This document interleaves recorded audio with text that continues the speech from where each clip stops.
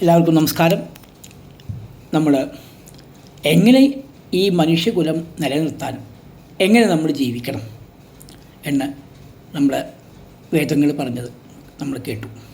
അതായത് തുഷ്ടവാംസൻ അന്യോന്യം സന്തോഷിപ്പിക്കുന്നവരായി ആരോഗ്യമുള്ള ശരീരത്തോടുകൂടി നമുക്ക് നല്ല രീതിയിലുള്ള ആ ഒരു കുലത്തിലെ അന്യോന്യം സഹകരിച്ചും പരിപാലിച്ചും നമ്മുടെ ജീവിതം മുന്നോട്ട് കൊണ്ടുപോകണം. ഇത് ഒരു വേദോക്തമായ ഒരു ഉപദേശമാണ്. ഈ വേദം അതിഗഹനമാണ്. ഇപ്പോൾ ഈ അധികമായി നല്ല രീതിയിലുള്ള പാണ്ഡിത്യത്തോടു കൂടിയ ബ്രാഹ്മണന്മാർക്ക് മാത്രമേ, ബ്രാഹ്മണൻ എന്ന് വെച്ച് കഴിഞ്ഞാൽ നമ്മൾ ഈ പൂണൂരിട്ട നമ്പൂരിമാരല്ല, ബ്രഹ്മജ്ഞാനം കിട്ടിയ ആൾക്കാരാണ് ബ്രാഹ്മണന്മാർ.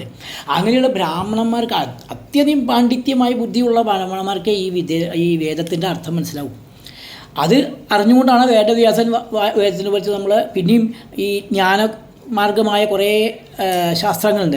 ദർശനങ്ങൾ, വേദാംഗങ്ങൾ, ഉപവേദങ്ങൾ, പിന്നെ പുരാണങ്ങൾ. ഈ പുരാണങ്ങളാണ് ഇപ്പോൾ നമ്മൾ ആശ്രയിക്കുന്നത്. പുരാണങ്ങളെയാണ് നമ്മൾ ആശ്രയിക്കുന്നത്. അത്രയും നമുക്ക് ഈ ബുദ്ധി കുറഞ്ഞ ആൾക്കാർക്ക് ആശ്രയിക്കാവുന്നതാണ് പുരാണങ്ങൾ. അതുപോലെ ഈ ഇപ്പം നമ്മൾക്ക് ഇവ എല്ലാവരും പ്രാവർത്തികമായി നമ്മൾ യോജിച്ചുകൊണ്ടിരിക്കുന്നത് രാമായണം, ഭാഗവതം, പിന്നെ മഹാഭാരതം, ഭഗവത്ഗീത. ഈ 4 എണ്ണമാണ് പ്രായോഗികമായിട്ട് എല്ലാ ആചാര്യന്മാരും ഉപദേശിക്കുന്നത്. നമ്മളിതാണ് ഈ ജ്ഞാനങ്ങൾ നമ്മൾ മഹർഷിമാരിൽ നിന്നും ആചാര്യന്മാരിൽ നിന്നും ഗുരുക്കന്മാരിൽ നിന്നും ഉപദേശം കിട്ടി നമ്മൾ പ്രാവർത്തികമാക്കണം.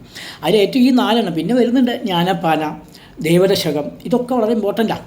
ഈ രാമായണത്തിന് ഇത് നമ്മൾ പഠിക്കുന്നതിൽ ശരിയാണ് അർത്ഥം മനസ്സിലാക്കണമെന്നില്ല, നല്ല കാര്യമുള്ളൂ. പ്രായോഗികമായ അർത്ഥം എന്താ? ഇപ്പോൾ രാമായണം എങ്ങനെ ജീവിക്കണം, അതാണ് പരമായ എങ്ങനെ ജീവിക്കണമെന്നാണ് രാമായണം നമ്മളെ പഠിപ്പിക്കുന്നത്. അത് ജ്ഞാനമാണ് രാമായണം.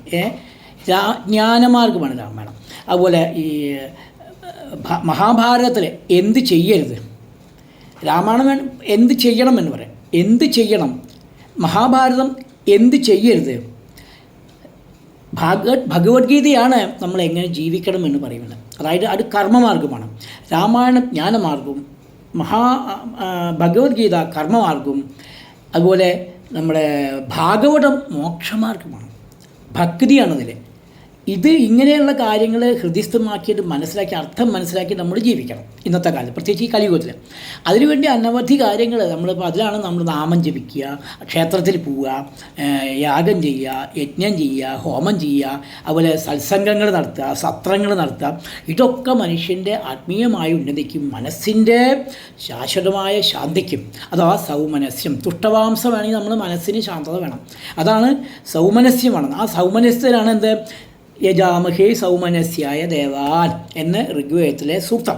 അപ്പോൾ സൗമനസ്യത്തിനായതുകൊണ്ട് യജാനം എന്ന് യജനം എന്നുള്ള അവിടെ അർത്ഥം ത്യാഗമാണ്. അന്യോന്യം നമ്മൾ ത്യജിച്ച്, അതായത് രാഗദ്വേഷാദികൾ ത്യജിക്കണം നമ്മൾ. ഈ രാഗദ്വേഷാദികളാണ് സത്യത്തിൽ നമുക്ക് ഈ രോഗങ്ങൾ ഉണ്ടാക്കുന്നത്. അപ്പോൾ രോഗമില്ലാതിരിക്കാൻ നമ്മൾ രാഗദ്വേഷാദികളെ ഇല്ലാണ്ടാക്കണം. എങ്കിലേ നമുക്ക് അന്യോന്യം സഹകരിച്ച് ജീവിക്കാൻ പറ്റും. അപ്പോൾ രാഗദ്വേഷം എന്ന് പറയുകയാണെങ്കിൽ ഇപ്പോൾ കാമ, ക്രോധ, ലോഭ, മോഹ, മത, മാത്സര്യ, ഡംഭ, അസൂയ, അഹങ്കാരം, ഇതൊക്കെയാണ് ഈ രാഗാദികൾ. ഇതില്ലാണ്ടാക്കിയാൽ തന്നെ മനുഷ്യന്മാരെ അന്യോന്യം സ്നേഹിക്കാൻ തുടങ്ങും. അതിനുള്ള ഉപദേശങ്ങളാണ് നമ്മുടെ ആചാര്യന്മാർ നമുക്ക് തരുന്നത്. അത് കേട്ട് ഹൃദയസ്ഥമാക്കി അത് പ്രാവർത്തികമാക്കി കൊണ്ടുവന്നാൽ നമ്മൾ നല്ല സന്തോഷമായി സമൂഹത്തിൽ സന്തോഷപ്രദമായി ജീവിക്കാൻ സാധിക്കും. അവിടെയാണ് നമുക്ക് ആരോഗ്യം ഉണ്ടാവും. അപ്പോൾ ആരോഗ്യം വേണമെന്നുണ്ടെങ്കിൽ ശാരീരിക മാത്രമല്ല മാനസികവും രാഗാതി രോഗങ്ങളെ ഇല്ലാണ്ടാക്കാം എന്നുള്ളതാണ് നമുക്ക് പഠിക്കേണ്ടത്. നമസ്കാരം.